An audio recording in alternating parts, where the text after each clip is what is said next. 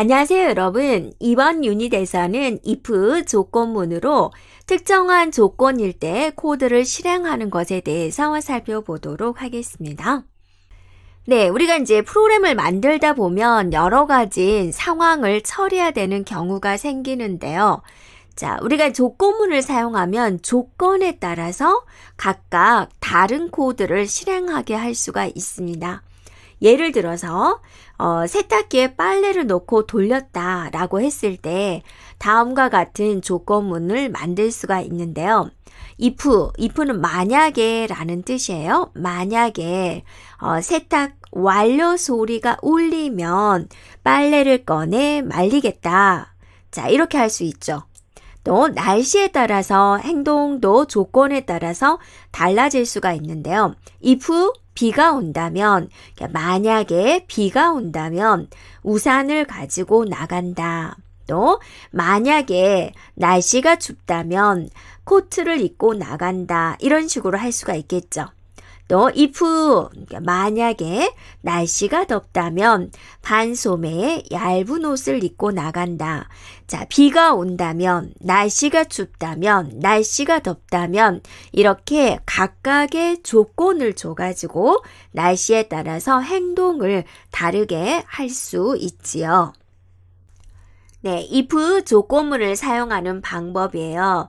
if에다가 조건식을 씁니다. 만약에 뭐뭐라면, 그리고 이제 콜론을 붙입니다. 그리고 다음 줄에 실행할 코드를 오게 해주면 돼요. 이때 이 코드를 입력할 때 반드시 앞에 이제 들여쓰기를 해줘야지 됩니다.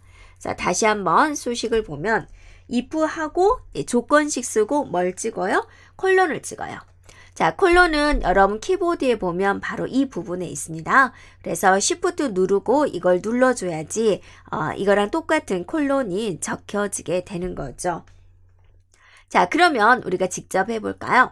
X에다가 10을 줬습니다.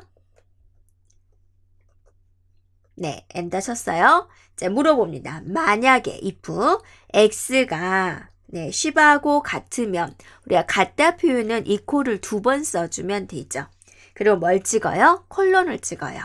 자, 엔터를 쳐요. 네, 그리고 4칸의 공백을 주겠습니다. 하나, 둘, 셋, 넷, 4칸 주고 출력할 내용을 적으세요. 프린트 하고 나서 내용 10입니다.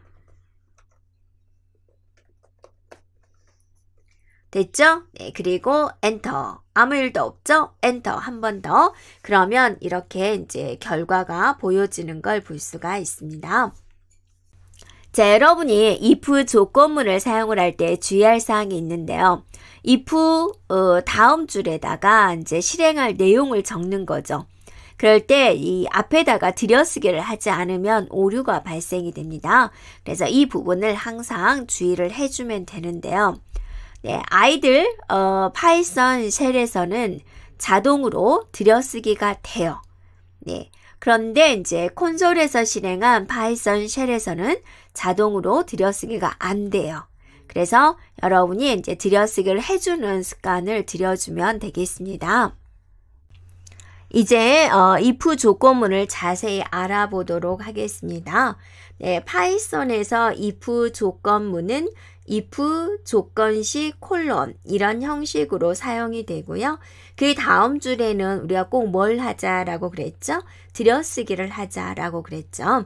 그 다음에 조건식에 만족할 때 실행할 코드를 넣습니다.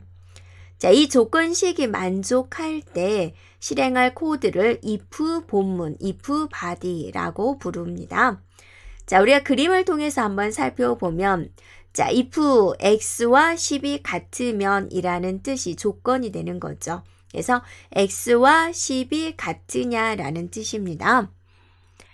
네, 그 다음에 이제 뒤에 콜론 넣는다는 거 꼭 잊지 말고요. 네, 다음 줄로 내려와서 들여쓰기 4칸을 하고 네, 조건식이 만족할 때 실행할 코드를 이렇게 입력을 하게 됩니다. 네, 이 부분을 우리는 if 본문이다 라고 이야기를 합니다. 자, if 조건문의 실행에 대한 흐름을 우리가 그림으로 한번 살펴보면은요. 자, 조건식, 이게 이제 순서도에서 조건문을 나타내는 이런 마름모 모양이 됩니다. 그래서 이 조건식에 만족을 하면, 참이면 실행할 코드를 여기다 적는 거고요. 이 조건식에 만족하지 못하면, 자, 이렇게 해서 네, 바로 이 다음 코드 다음으로 이제 제어권이 넘어오게 됩니다. 그래서 우리는 뭐라고 말을 했냐면 X하고 10하고 같으냐라고 물어봤죠. 네, 참이면 프린트 10입니다를 이제 표시를 하죠. 만약에 X가 10이 아니면 어떻게 되죠?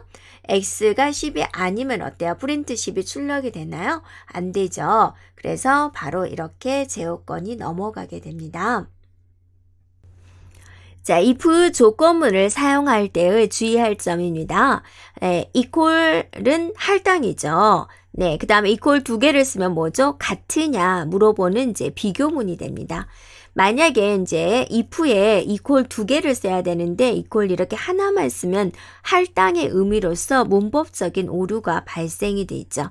그래서 x가 10이고 만약에 x가 10이라면 10입니다를 인쇄해 주세요 라고 하면 10입니다가 이렇게 표시가 되는데요.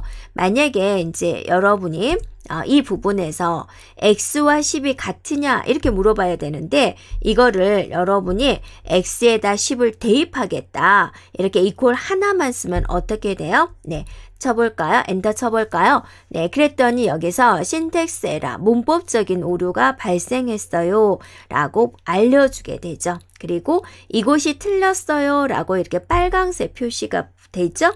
그럼 여러분이 네, 자, 이 부분에서 네, 이퀄 한 번 더 써주고 네, 그리고 자, 엔터 쳐주고 또 엔터 쳐주면 이렇게 올바른 결과를 이제 얻을 수가 있겠다라는 겁니다.